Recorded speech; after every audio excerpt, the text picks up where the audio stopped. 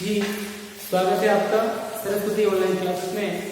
और हम अपना तीसरा चैप्टर रेशों से वस्त्र स्टार्ट कर रहे हैं आज। तो रेशों से वस्त्र तक। तो रेशे जो होते हैं, किसी वस्त्र की सबसे छोटी इकाई क्या होते हैं? रेशे। जैसे छठी क्लास में हमने पढ़ा था तंतु से वस्त्र तक, एक चैप्टर आया था, आपको पता है छठी क्लास में। तंतु से वस्त्र तक। तंतु क्या होते हैं? पादपों और जंतुओं से प्राप्त होने वाले पदार्थ तंतु होते हैं। तंतु क्या होते हैं? वस्त्र बनाने के लिए सबसे छोटी इकाई क्या होते हैं? तंतु, या जिन्हें फाइबर कहते हैं, या जिन्हें रेशे भी कहा जाता है। तंतु यानी रेशे एक ही चीज है। रेशों को या तंतुओं को आपस में जोड़ा जाता है, उनसे धागा या धागा बनाते हैं और फिर इससे बनाया जाता है वस्त्र। देखो, रेशे या तंतु, इनसे बनाते हैं धागा या धागा बनाते हैं। धागों को आपस में ऐसे जोड़ के उनसे वस्त्र बनाया जाता है। तो रेशों से वस्त्र तक। वस्त्र बनाने की सबसे छोटी इकाई क्या होते हैं? रेशे। होते कि नहीं होते? तो कपड़े बनाने के सबसे पहले हमें क्या चाहिए? रेशे यानी तंतु या रेशे। तो कपड़े, वस्त्र निर्माण की सबसे छोटी इकाई क्या होती है? तंतु यानी रेशे होते हैं। ये तंतु कैसे प्राप्त होते हैं? हमें तंतु प्राप्त होते हैं एक तो पादपों से, एक प्राप्त होते हैं जंतुओं से। जो हमें पादपों से प्राप्त होते हैं रेशे, उन्हें कहते हैं पादप रेशे, और जो जंतुओं से प्राप्त होते हैं रेशे, उन्हें कहते हैं जंतु रेशे। अभी दोनों से क्या बनाते हैं? कपड़े। ठीक है। पादप रेशे क्या है? जूट, कपास, पटसन, ये हमने पढ़े थे। और जंतु रेशे पढ़ेंगे इसमें जंतुओं से प्राप्त होने वाले ऊन और रेशम। ऊन और रेशम हम इस चैप्टर में पढ़ेंगे। जंतु रेशों के बारे में हम पढ़ेंगे। ठीक है। तो अभी एक बार देखते हैं, फिर अपन आपको अच्छे से समझाएंगे। तो सबसे पहले वस्त्र बनाने की सबसे छोटी इकाई रेशे कहलाते हैं।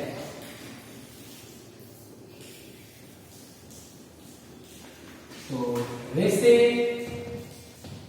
वस्त्र निर्माण की सबसे छोटी इकाई। वस्त्र निर्माण की सबसे छोटी इकाई। कपड़े बनाने हैं तो सबसे पहले क्या चाहिए? रेशे। तो वस्त्र निर्माण की सबसे छोटी इकाई को रेशे कहते हैं या रेशा कहा जाता है।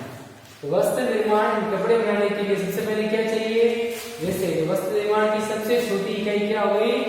रेशे। रेशे हमें, मैंने आपको बताया कि रेशे हमें पादपों से प्राप्त होते हैं और जंतुओं से भी प्राप्त होते हैं। तो जंतुओं से प्राप्त होने वाले होते हैं जांतव रेशे और पादपों से प्राप्त होने वाले पादप रेशे।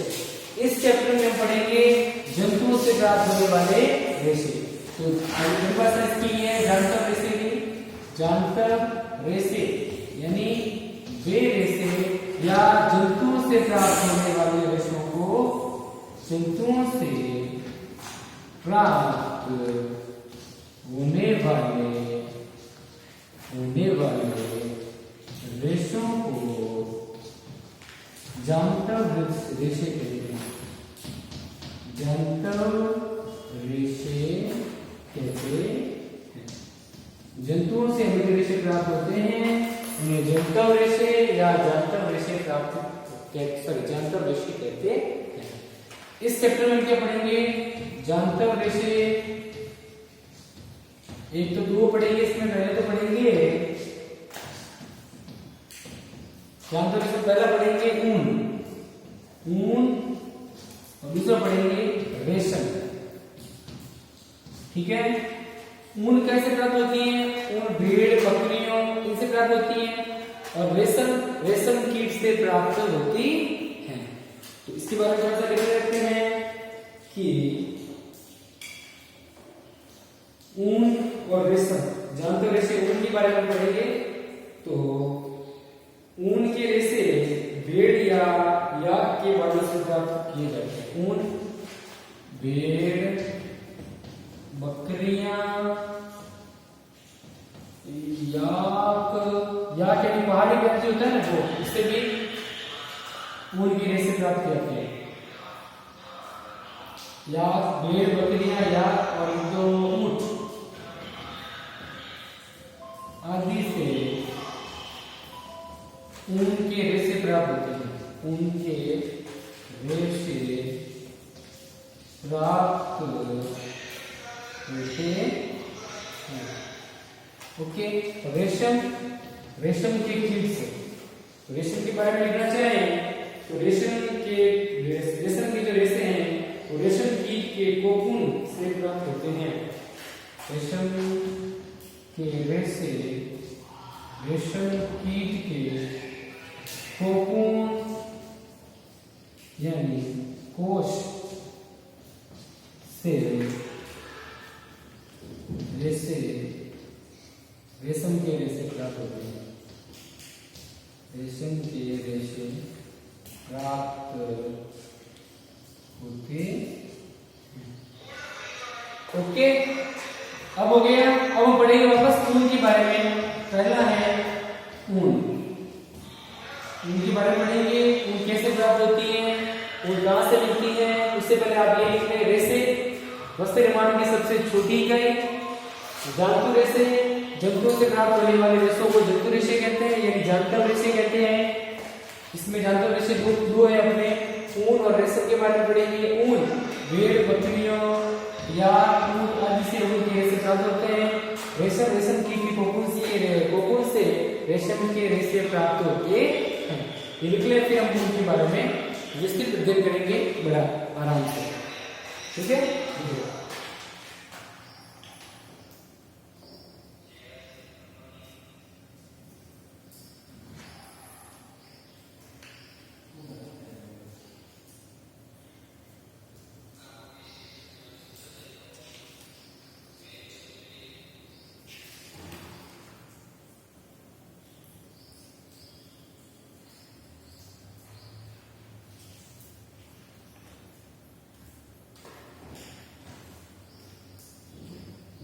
चलो ऊन के बारे में पढ़ें। आपने लिख लिया है शायद, लिख लो जल्दी से।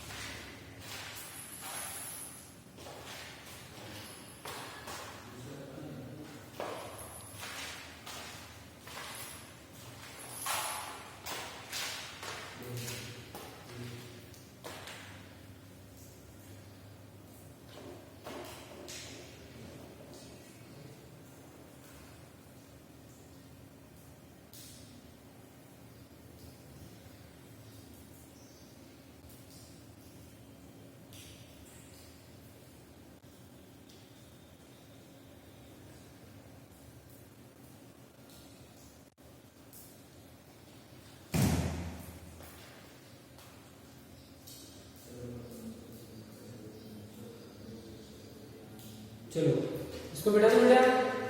अब ऊन की बात करते हैं। ऊन क्या है, कैसे प्राप्त होता है, इसके बारे में पढ़ेंगे।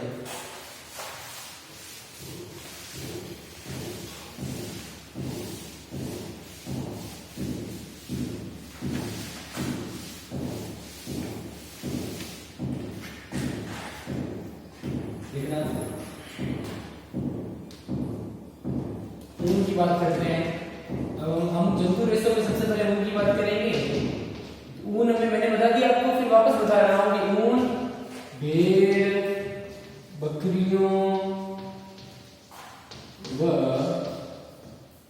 या एक आता है पहाड़ी के, उससे प्राप्त हुई व या आदि से ऊन के रेशे प्राप्त होते हैं। ऊन के रेशे प्राप्त होते हैं। ठीक है, अब आपने देखा होगा कि जो भेड़ बकरियां जो होती है, भेड़ के ऊपर देखो, भेड़ है उसके शरीर के ऊपर बहुत सारी ऊन होती है, जमी हुई जाली एकदम मोटी परत होती है। ये किस लिए होती है? क्योंकि बालों के बीच में कम कम जगह होती है और इस बालों के बीच में वायु आके फंस जाती है, वायु आगे पार नहीं हो पाती। इसलिए जब हम ऊन के स्वेटर पहनते हैं तो सर्दी हमें कम लगती है, क्योंकि क्या होता है इसके बीच में थोड़ी थोड़ी जगह होती है। जैसे मान लो ठंडी हवा आएगी आपके, मान लो मैं, ठीक है, अब मेरे स्वेटर पहना हुआ होता है ऐसे, ठीक है, स्वेटर पहना हुआ है, स्वेटर में क्या लगी हुई है, ऊन के तो स्वेटर होते हैं, तो ऊन क्या होती है, उनके बीच में थोड़ी थोड़ी खाली जगह होती है। जैसे ठंडी हवा आएगी इस खाली जगह के बीच में जाके फंस जाएगी, हवा पार नहीं होगी, शरीर के टच नहीं होगी, तो हमें ठंड भी नहीं लगेगी। इसीलिए ऊन के स्वेटर पहनने पे हमें ठंड नहीं लगती है। और दूसरी चीज, ये जानवर है भेड़ बकरियां, इनके शरीर के ऊपर बहुत सारी ऊन पाई जाती है, एकदम मोटी जाली, ठीक है, वो क्या करती है, ऐसे हवा आती है, हवा आके यहाँ आके फंस जाती है, तो हवा शरीर के टच नहीं होती, इसलिए ठंड नहीं लगती। और हवा क्या होती है, उष्मा की कुचालक, हवा में करंट पैदा नहीं होता, इसलिए जानवर जो है ये अंदर से गर्म रहते हैं। ये जो बाल है, ये जाड़े बाल जानवरों को अंदर से गर्म रखते हैं, इसीलिए इनके शरीर के ऊपर मोटी परत ऊन की पाई जाती है। और ऊन के स्वेटर भी हम इसलिए पहनते हैं ताकि इन्हें ठंड ना लगे।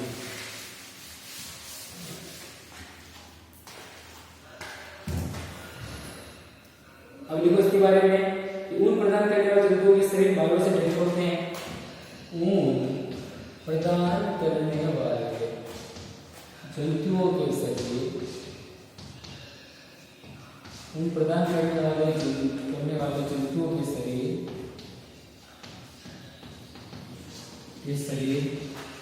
बालों से ढके होते हैं, बालों से ढके होते हैं। ये जानवर है ना, भेड़ बकरियां और या इनके शरीर के ऊपर मोटे मोटे ऊन की परत, मोटे बाल पाए जाते हैं, बहुत ज्यादा बालों से ढके रहते हैं। तो भेड़ बकरियां ये जो है ना ऊन देने वाले जानवर, इनके शरीर के ऊपर बहुत सारे बाल पाए जाते हैं, इनका शरीर बालों से ढके रहते हैं। अभी बालों से ढके रहने से क्यों कारण है, बालों के बीच अधिक मात्रा में वायु आसानी से भर जाती है,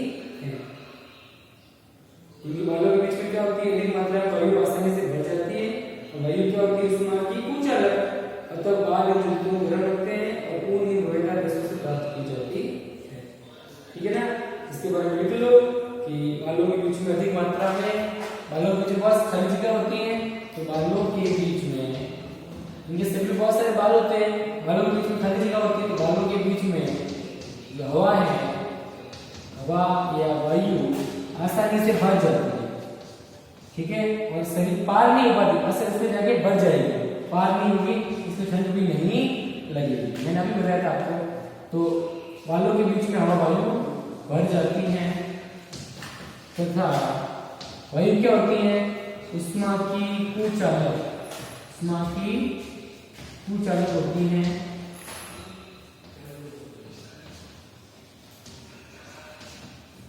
होती है, मतलब उष्मा का प्रभाव इसमें नहीं होता, उष्मा की कुचालक होती है, अतः यह जंतुओं को गर्म रखती है। अतः ये जो बाल है उनके, बाल या ऊन उन जंतुओं को गर्म रखते हैं, उन जंतु क्या रखते हैं, गर्म रखते हैं,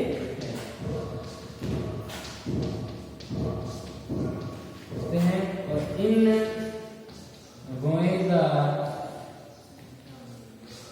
इन रोएदार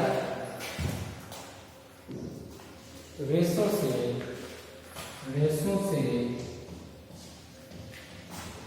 ऊन प्राप्त की जाती है, ऊन प्राप्त की जाती है। ओके, तो ऊन कैसे प्राप्त की जाती है वो तो हम बाद में पढ़ेंगे, लेकिन फिलहाल छोटा सा है कि भेड़ बकरियां जो होती है इनके शरीर में बहुत ज्यादा बाल होते हैं। अब बालों के बीच बहुत जगह खाली जगह होती है, तो हवा जो है वो उसके खाली जगह बीच में जाके फंस जाती है, और हवा क्या होती है, हवा में गर्मी पैदा नहीं होती, उष्मा की कुचालक होती है। तो हवा एक बार अंदर चली गई, वहीं जाके रुक जाएगी। हवा के अंदर हवा जो है वो उष्मा की कुचालक होती है, उस पर गर्मी पैदा नहीं होती, तो अंदर से गर्म रहती है, बाहर से कोई आग वाग नहीं लगती उसके। और ऊन के देखो आप आपके स्वेटर होते हैं, उनको अगर आप कहीं गर्म कर अपने शरीर को गर्म कर रहे हो, आग के पास ले जाओ तो भी आसानी से वो जलते नहीं है, ठीक है ना। जैसा कि मेन चीज यही है कि जो शरीर जंतु है वो अपने भेड़, बकरियां और याक, इनके शरीर पे बहुत ज्यादा बाल होते हैं और बालों से इनका शरीर ढका रहता है। बालों के बीच बहुत सारी हवा भरी जा सकती है और हवा क्या होती है, उष्मा की कुचल, इसलिए ये शरीर जो बाल है ये जंतु को अंदर से गर्म रखते हैं और इन रेशों से ही ऊन प्राप्त की जाती है। जो बाहर रेशे होते हैं भेड़ के ऊपर शरीर पे लगे हुए, उनसे ही ऊन प्राप्त की जाती है, ठीक है। आगे लिखिए। आगे लिखने से पहले मैं आपको बता दूं कि ये जो भेड़ बकरियां हैं इनके बाल अलग होते हैं, अपने बाल अलग होते हैं। क्या अपने बालों से ऊन बनाए ऊन के रेशे प्राप्त किए जा सकते हैं? नहीं। अपने बाल तो एकदम पतले होते हैं, मुलायम, बहुत ही कोमल, उनसे ऊन नहीं बनाई जा सकती या ऊन के रेशे प्राप्त नहीं होते। आपने देखा होगा, आपके देखो ऊपर वाले बाल मुलायम है, यहाँ बगल वाले बाल देखो ये थोड़े रफ होते हैं और शरीर के बाकी वाले बाल जो हैं वो अलग होते हैं। तो मनुष्य के जो बाल होते हैं, सिर के बाल, शरीर के आगे ऊपर वाले बाल, दोनों सब अलग अलग क्यों होते हैं? क्योंकि कुछ मुलायम होते हैं, कुछ होते हैं एकदम खुरदुरे, रफ होते हैं। दाढ़ी के बाल देखो कितने खुरदुरे हैं, दाढ़ी के जो बाल होते हैं वो कठोर होते हैं, ये सर के बाल मुलायम होते हैं। तो उसी प्रकार जो भेड़ होती है, भेड़ों से हमें क्या प्राप्त होती है? ऊन।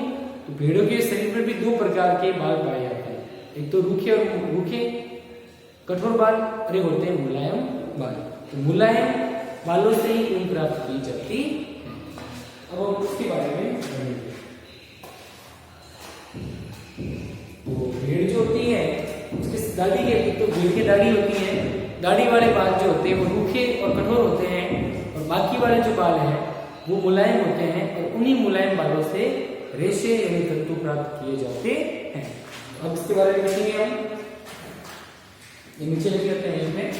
तो ऊन भेड़ से प्राप्त की जाती है, ऊन भेड़ से प्राप्त की जाती है, ठीक है। और भेड़ की रोएदार त्वचा पर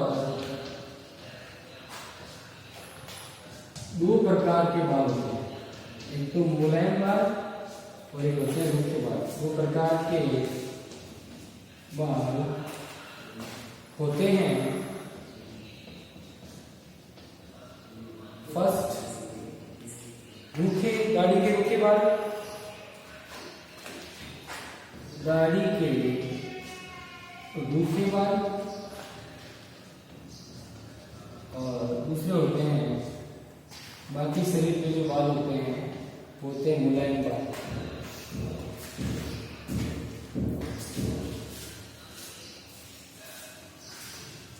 जैसे होते हैं त्वचा के निकट अवस्थित, बाकी होते हैं त्वचा के निकट अवस्थित तंतु रूपी मुलायम बाल।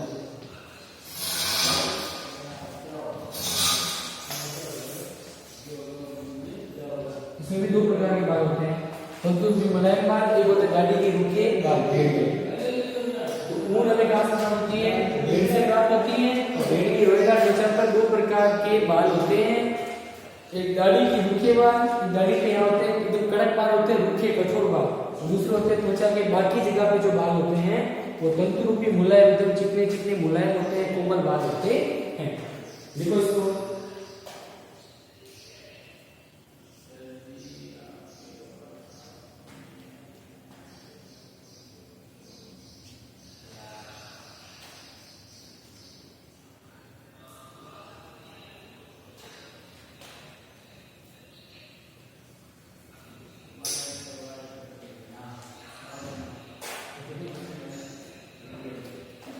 और ये तंतु भी मुलायम बाल जो है ना, उन्हीं से हमें ऊन के रेशे प्राप्त होते हैं, जिनका प्रयोग स्वेटर बनाने में, कपड़े बनाने में किया जाता है। आगे लिखना चाहे देख सकते हैं, तंतु रूपी मुलायम बालों से, तंतु रूपी मुलायम बाल जो है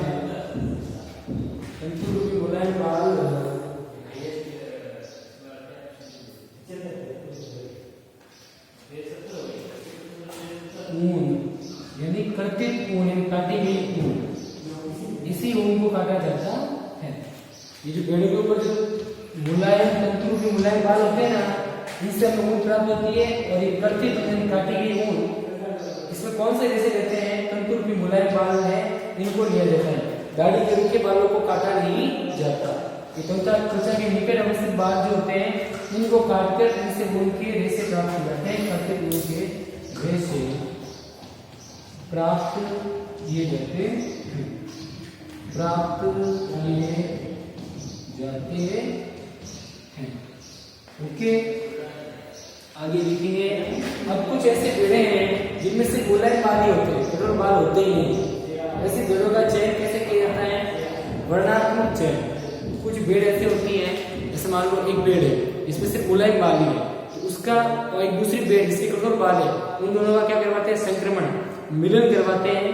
और दोनों से जो संतान पैदा होगी उसके मुलायम बाल होंगे। मुलायम बाल वाले या तंतु रूपी मुलायम बाल पैदा करने के लिए एक चयन किया जाता है, जिसे वर्णात्मक चयन कहते हैं। जिन भेड़ों के बाल मुलायम होते हैं उनको अलग किया जाता है और उनका आपस में संकरण करवा के फिर उससे सिर्फ मुलायम बाल वाले ही भेड़ें प्राप्त की जाती है। ओके, इसको बोलते हैं वर्णात्मक प्रजनन।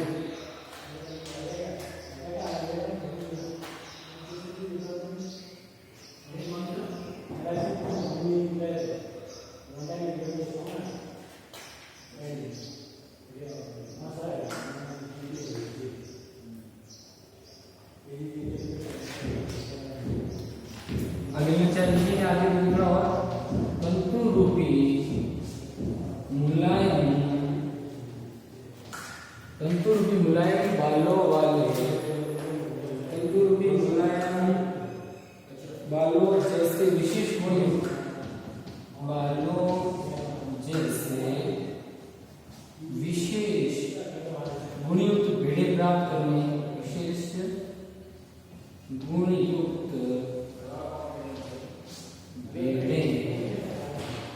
विशेष गुणयुक्त भेड़ें उत्पन्न करने के लिए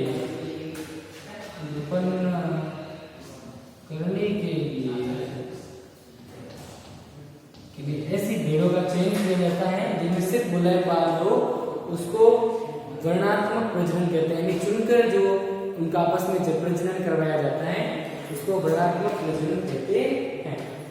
आगे लिखेंगे, आप लिखो, मैं चौक लिख रहा हूँ।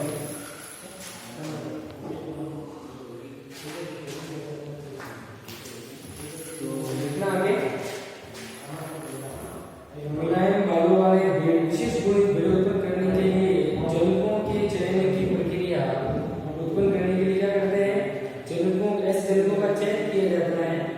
जनकों के चयन की ये प्रक्रिया, जनकों के चयन की प्रक्रिया क्या कहलाती है, वर्णात्मक प्रजनन। यानी चुनकर इनका आपस में प्रजनन करवाया जाता है ताकि सिर्फ तंतु रूपी बाल वाले ही भेड़ें प्राप्त हो। इसको वर्णात्मक प्रजनन कहते हैं। छोटा सा मैं यहाँ लिख रहा हूँ, इसको वर्णात्मक प्रजनन। यानी कुछ भेड़ें ऐसी होती है जिनमें सिर्फ त्वचा पे तंतु रूपी मुलायम बाल होते हैं, तो तंतु रूपी मुलायम बाल वाली भेड़ें प्राप्त करने के लिए ऐसे जनकों का चयन किया जाता है जिनमें सिर्फ तंतु रूपी मुलायम बाल हो। इसको कहते हैं वर्णात्मक प्रजनन। तंतु रूपी मुलायम बाल वाले भेड़ों को अलग करके उनका आपस में संकरण करवा के नई भेड़ प्राप्त करते हैं। इस क्रिया को वर्णात्मक प्रजनन कहते हैं। चलिए लिखिए इसको।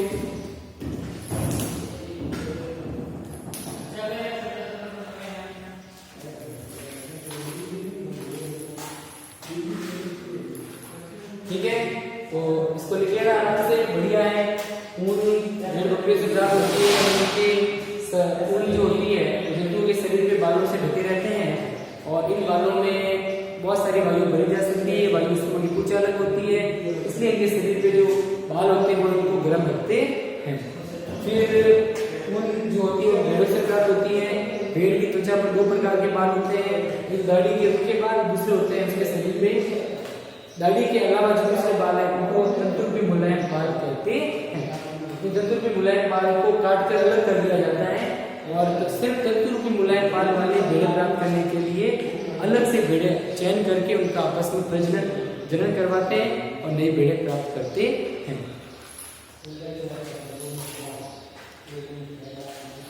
ओके बेटा, तो आज के लिए इतना ही। कल हम फिर मिलेंगे नए वीडियो के साथ। Okay, goodbye, thank you.